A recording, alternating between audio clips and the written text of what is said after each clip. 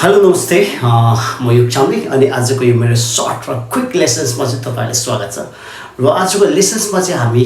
Lydian modes कसरी खेल्ने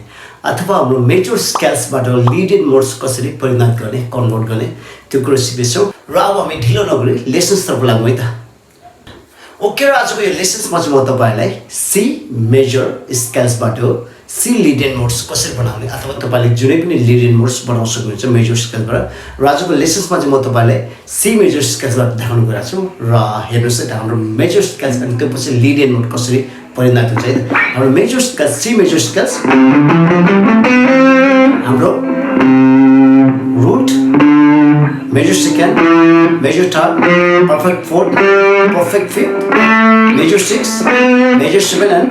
Octave हेर्नुस् त अथवा 1 2 3 4 5 6 7 यो रे हाम्रो मेजर स्केल्स र मेजर स्केल्स चाहिँ अब हामी लिडियन मोड्स कसरी बनाउने भन्दाखेरि हेर्नुस् है मेजर स्केल्सबाट लिडियन मोड्स बनाउनको लागि चाहिँ हामीले मेजर स्केल्सको फोर्थ नोटलाई चाहिँ sharp fourth rise by half step अथवा के अगमेन्टेड फोर्थ भनिन्छ त्यो हामीले फोर्थ नोटले चाहिँ राइज गर्ने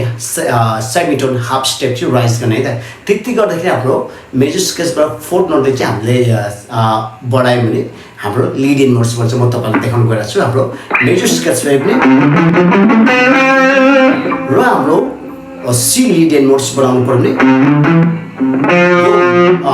फोर्थ नोटलाई चाहिँ राइज गर्ने हाफ स्टेप हेर्नुहोस् त अब हामी कसरी खेल्न सकिन्छ भन्दाखेरि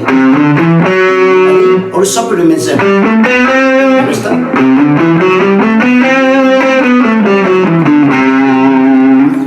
यो तरिकाले हामीले लिडियन मोड्स खेल्न सकिन्छ मेजर स्केल्स यो हाम्रो मेजर स्केल्स र हाम्रो लिडियन मोड्स चाहिँ हेर्नुहोस् त मेजर मोड अथवा मेजर स्केल्स फेरि पनि हाम्रो लिडियन मोड्स